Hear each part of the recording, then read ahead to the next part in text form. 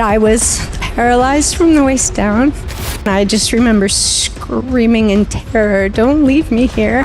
I want to change the perception of disability. Crisis creates transformation if you don't give up. Always. What got you to where you are, which I know you're proud of, will not get you where you want to go. Perhaps I don't need pain to drive me anymore. I'm just driven for something beautiful.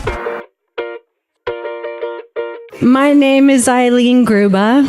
I'm originally from Anchorage, Alaska. Alaska, ladies and gentlemen. Very much like Miami cold. But I live in Los Angeles. Okay, very different. You ever had LA, ladies? Anybody from out there from LA? It feels really off sharing this, so I'm just going to share it. Go for it.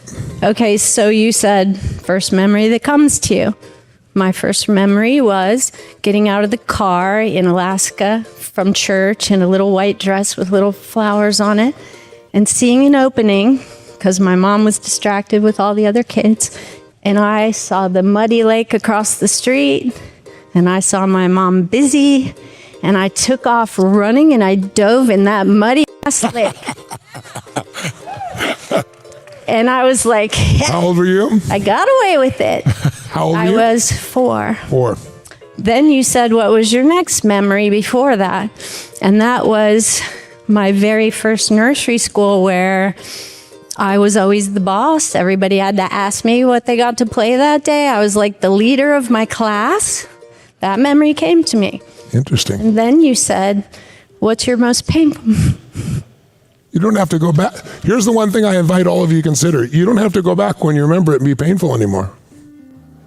It doesn't have to be painful once you now know the true truth. But what happens is because you've been there so many times, many of you then will, even though you know the higher truth, will go back to that piece again. And then it becomes more wired, right? So erase.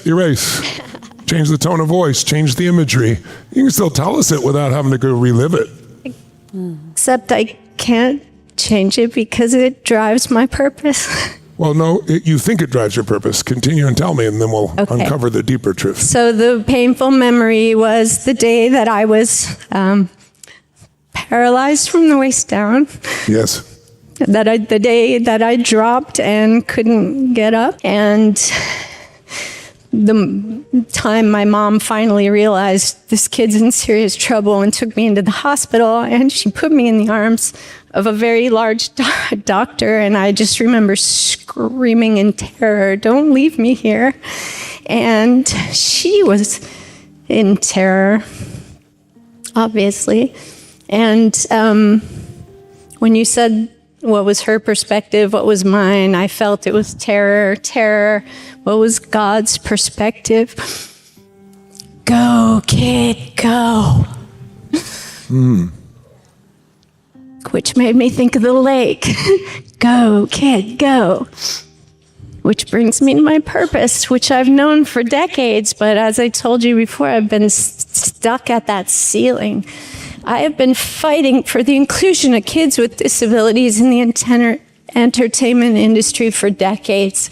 And it's because of my hard head against a cement wall, fighting and rallying people and fighting, that you're seeing a lot more people with disabilities on the screen.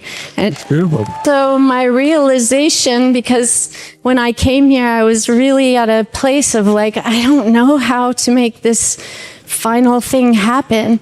You know, I want to change the perception of disability so that children who fight for their lives and win do not step into a world where they are bullied, picked on, mistreated, kept out of fun and life and jobs, and everything is made harder for them for the rest of their lives. And how come you didn't end up that way? I had a lot of guardian angels. And what belief carried you through that? My belief, well, one, my mother, when I asked why did this happen to me, she used to say, because you were the only one of my 8 children that was strong enough to handle it. Very nice. What a great mom you have. I learned a lot on this week. I had breakthroughs every single day, including that was not the only trial. That was just the first one. That's right. Because we all go on the hero's journey many times, Yeah. right? And we get called each time. And each time we call, if we really go, many of us resist. But if we dive into what we're afraid of and move forward, we will meet new friends, new mentors, we'll develop new skills, we'll fight new battles, we'll slay our dragons, and we'll come back the hero of our life to be able to share something authentic because we've really lived it, not something we did in our head. And then once you get comfortable, if you don't create it yourself, life will show in and give you another call to adventure. And that is what life is. It's not like at the end of Date with Destiny, the adventures are over. And many of you don't call them adventures, you call them crises or problems. But how many have had a crisis that created a better you in your life? It seemed like an unbelievable crisis. In fact, crisis creates transformation if you don't give up. Always. Yeah. Always. Yeah. If you don't give up. Yes. And if you give up, life will just give you more until you finally wake up or until you die miserable. You get to choose because we all have free choice. The most important thing is finding the empowering meanings. And the most important thing is to understand that sometimes passion comes from pain, but that as you develop more wisdom, and years don't guarantee that, consciousness, increasing your consciousness increases that. As you gain more wisdom, you'll begin to understand that I don't need pain to drive me anymore. Yeah. Now I can have a pull versus a push. When pain is driving you, it's still a push. And you can feel that in the tension in your body or that person's body. Yeah. And there's nothing wrong with push. And many people go, look what all this push gave me. And you're so right. But it's just like the entrepreneur I talk to and say, that's beautiful. What got you to where you are, which I know you're proud of, will not get you where you want to go. Now it's time for pull. Now it's time for less effort. Now it's time for elegance. Now it's time for pleasure versus pain as the driving force. The pleasure of making something better versus the pain. Because what we can get locked into, Ellen, is after we've been as much pain as you went through in that situation, and we know others do, that we take that and we convert that into energy to push us. Yes. And you've done a beautiful job of that because most people would just let them stop them. But I would invite you to consider another possibility, which is maybe that isn't needed for your purpose anymore. And maybe if you don't have that same push, and I know you don't believe this right now, so I'm not asking you to believe this. I don't think you should believe this. In fact, I think you should resist this thought as much as you can. You should immediately say this is bullshit, and he doesn't understand, and it'll never work. And of course, you'll always be right, because whatever you tell yourself over and over and over again, you'll know it's right. Whether it's accurate or not is a different question. But I'm wondering if you could consider the possibility, and you're the only one I'm speaking to right now, as you can see as I look in your eyes, that perhaps I don't need pain to drive me anymore. I'm just driven for something beautiful.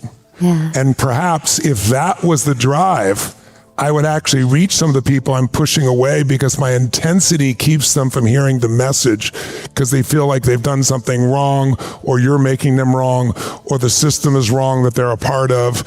And then they just push back and it actually makes it harder. And you'll notice the ones you push through, of course, because that's what our ego does. Our need to be significant does. Yeah. But what if you could reach so much more with ease? Yeah. That's on my board. Beautiful. Oh, that's beautiful. Where's on your board? How high up is it? Yeah. How beautiful is this? Look what you got right here. Wise with ease. Yeah. Were you in my head before we began speaking? This is beautiful. So now that you know that, bring that close and put it against your body. And rub your body with it. And then you'll start to associate real pleasure to what you do instead of I'm doing it because of all the pain these people are experiencing. Because also, some of those people are not experiencing the same pain you did, but you will project that in order to have that push. Yeah. And what I'd like, if there was any gift I could give everyone in this room, I consider now chosen family. You're such beautiful people. You've gone day and night. You've been so beautiful for each other. It's been in the middle of the night. Some of you, it's the middle of the afternoon. You start in the middle of the night. And the love you share in everyone in this room has been overwhelmingly beautiful, has it not? Give it up for everybody. It's been so gorgeous. One that honestly took me a long time to get. I still have to remind myself at times, because if you're an achiever, you have this thing inside yourself where you push. Who can relate to the push? Yeah. Right? But sometimes transformation doesn't happen because you keep pushing, because anything you persist resists. Sometimes fighting reality that this is how it is guarantees pain. Reality doesn't mean you just have to accept it forever, but you have to accept this is how it is now, and then now what am I going to do with it? And the most important distinction is problems need energy to live. And some of you keep going back to that for energy you think to push forward because it's the only fuel you've had. And I'm just telling you what I did. I used my pain as the driving force. That's why freedom was the whole thing. I want to free everybody. Yeah.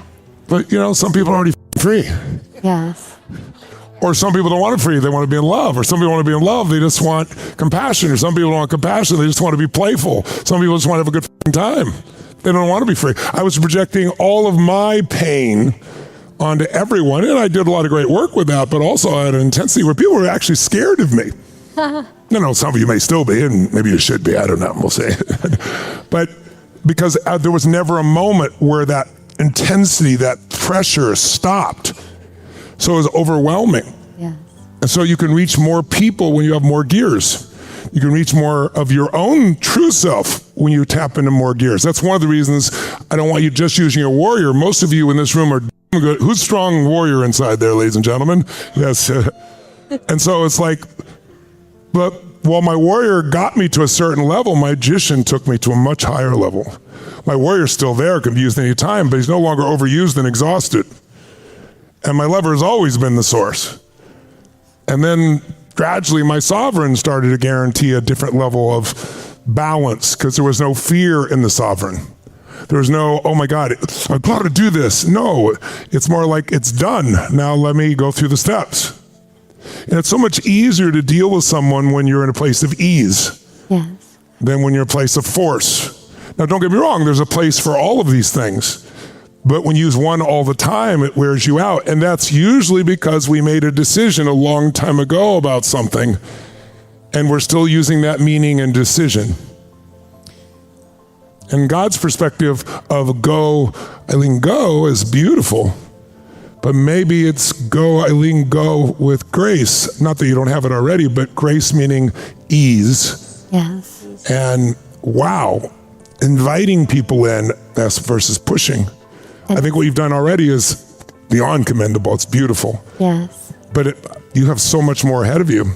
And so this component of grace, this component of ease, this idea of elegance, as we mature, it's the idea, how do I do more with less? But as an achiever, I have to do more and more and more and more all the time. Otherwise, I'm not doing my part. And I have to remind myself of that because I have that gear very, very strong inside me. But also I notice that some of the most powerful magic happens in those moments of ease. And I really want to invite all of you, my brothers and sisters, because I consider us all brothers and sisters on this path, to really be kinder to yourself because that'll make you kinder to others. You don't even know when you're not being kind. She's not been kind to herself while she's been on this mission. That's not to say you haven't been loving to yourself or acknowledge yourself. I'm not suggesting that.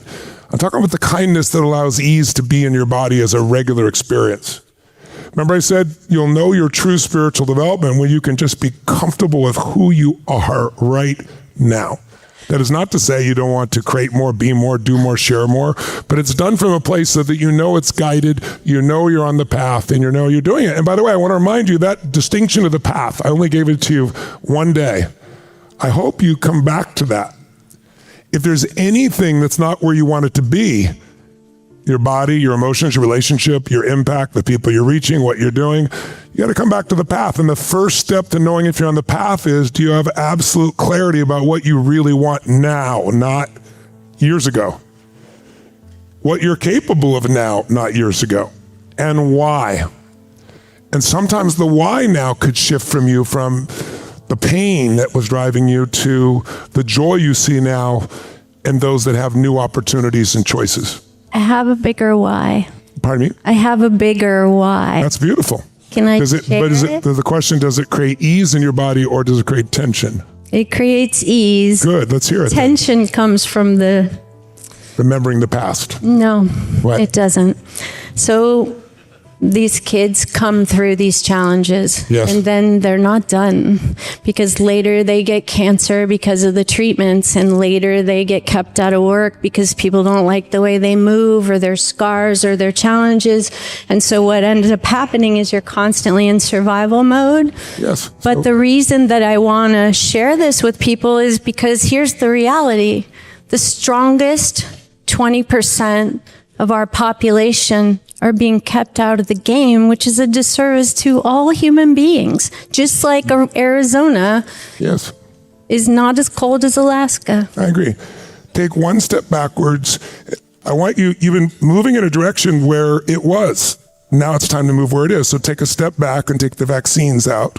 And then take another step back and go, no, not all the kids need to be in the movie business. In fact, almost nobody's in the movie I just business. want their stories told. It doesn't matter. Take another step back and say, well, maybe all of them really aren't going to have this painful life you keep saying. Take another step back and consider the fact that some of them actually will experience more love than the average person, because some will see that. Yay. Take one more step back and say, I got to stop being so certain about how it is, because all I'm doing is creating more pain, and you can tell me otherwise, but your body shows everyone in this room it's not true. Not you've done anything wrong, that you deserve the next chapter, and you're smiling, but the tension is still there. The tension has to leave for you to get to your real purpose, but the tension can't leave as long as you hold all these beliefs. It's not that it's not so in some cases, and in many cases. It's that by making it everyone, you're missing the beauty that's there, and you're still having to push. And you don't have to. You can ignore what I've said and you keep doing what you're doing, but you're so certain in all the things that have been taken because you know what you experience and you see what others have experienced. But I will remind you that the entertainment business, there's 8 billion people on the planet who are of various sorts of backgrounds and abilities and inabilities and so forth, and not even 0.00001 are in the entertainment business. So whether you get that or not doesn't mean to the world. It means something to you, which is important. But you need to be able to create the opening if you want to, that will create the ease you wrote down when you're talking about this, because it's still not there. You're forcing these feelings. You're so used to forcing, you don't even know when you're forcing. Forcing a smile, yes. Yes, ma'am. So right there, you to see that, because I'm on your side. The only reason I'm holding the ground here for you, the easy thing is go, great, let's give her a hand and move on. You're doing beautiful things. But because you're not the only one that does this, we all do this to some extent. And especially for achievers, who can relate to this in some way within yourself? I'm inviting all of us, myself included, to say, maybe it isn't all life and death. Maybe it isn't all horrific pain or not. Maybe there's many flavors along the way. Maybe not the way I see it is the only way. That doesn't keep me from still doing my work. It's just like, maybe is a good word. There's a great maybe story. I'm sure you've heard it. Let me remind you. A farmer is a very poor farmer. He lives in this little tiny acreage, and he can only raise so much food because he plows the thing himself every single day. He doesn't have the money for a horse. And he has one son, so he and the son work very, very hard, and they try to barely get enough food made, enough that they can sell so they can buy food and have a quality of life, and are really struggling. And then one day, a wild horse wanders on to the farmer's land and just stands there and doesn't leave. And then all of a sudden, the farmer says, this horse is just standing here. And the son says, this is amazing. This horse is here. This is so beautiful. And pretty soon the neighbors come, and then they work with the horse and they attach him to plow, and the horse makes them generate all this additional food, more than enough they were no longer surviving. And all of the neighbors come over to see this miracle, that this wild horse out of nowhere came and just stayed right here. No one asked for it. It just happened. It's grace. It's unbelievable. It's luck. Everyone out there, God's blessing you, right? It's just such a blessing. And the farmer said, maybe. You're so blessed. Maybe. 4 days later, the horse leaves. And they're like, they just planted all this, and now they can't pick it up all in time. They need that horse. The horse is gone. And everyone comes over. And what do you think they said? Oh my God, how could God give you this gift and then take it from you so?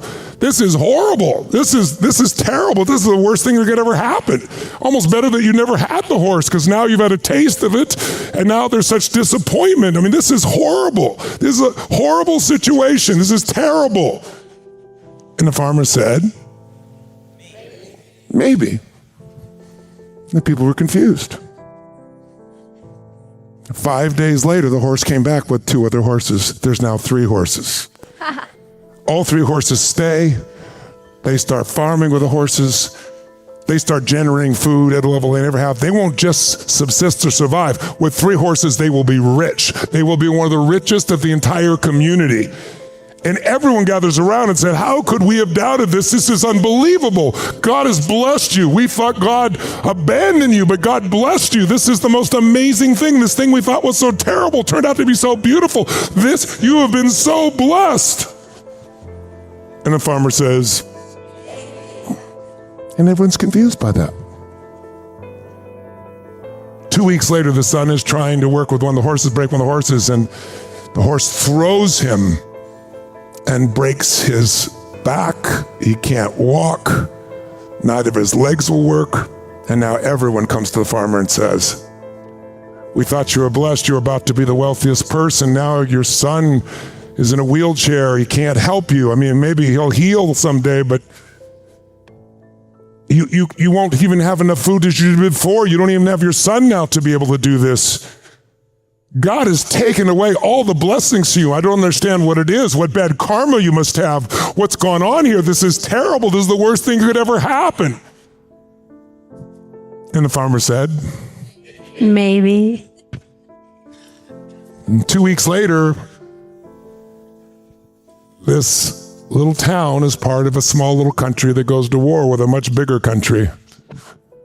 They're outnumbered at least 20-1. They're tearing through troops like crazy, so they come and conscript every able-bodied man in every village to go to war, to a war they know they can't win. And where people are just coming back dying right and left because they're so outnumbered. And of course they pass over this man's son because he's not able-bodied. He's in a wheelchair. And people come afterwards and say, all of our sons are gone, they're going to die. And your son is going to live. All this was God's grace so that your son could live. He'll be one of the fewest men left in all of our villages. You are so blessed. Your son is so blessed. Your life is so blessed. And the farmer said, maybe. And the story never ends. But our problem is we decide what it means and hang on to it. And this was just a little exercise. Everyone's different. Some of you will love this one. Some of you, not much out of this one. Some of you, this was life-changing. Just an opportunity for you to go back and perhaps say maybe about what you were so certain about. Because you've been reinforced a lot. Yes. And the unfortunate thing about reinforcement is it shuts off our higher consciousness and makes us go into automatic drive, push. And then, by the way, we'll get reinforced for that too, because we're going to see the success, because you're a very smart and driven woman. You're going to do well no matter what. But we miss maybe the higher purpose because we decided too soon. Just like I decided too soon what it meant when I was going to see Bruce Springsteen, or decided too soon when I went on that boat trip with my friend, or a young lady in the back may have decided too soon before, not now, about what cold is. Perhaps there's a much more beautiful way to live that we've not even considered because we push through so much pain. Perhaps today you can do more with your pinky than you can with your full force. That's true. I know. But you need to remember that, not me. I already know it or I wouldn't be speaking. So how many would like to have some more maybes and a little more elegance in your life? I would. Then make that choice right now. That's not to say you can't shift gears and use all the gears I want to use them all. Again, the metaphor of the warrior, the metaphor of the elements. Can you be a wood and go into your water? Yes or no? Can you be a wood and go into your fire and just have a good time? Or your earth or your metal? Of course you can. The goal here was not to label ourselves. The goal is to notice what our current patterns are and then expand our level of choice. With greater choices, you will make better choices. As long as you don't give yourself forever to decide. We do need a deadline. It's like the waitress asking what you want. Some people, they can't decide until it's the very last second. The waitress is losing their over it. What do you want? And then they finally can tell you. Why wait? Just make some nice, elegant choices. That's what's about to happen. Give her a beautiful hand. Thank you, Ellie.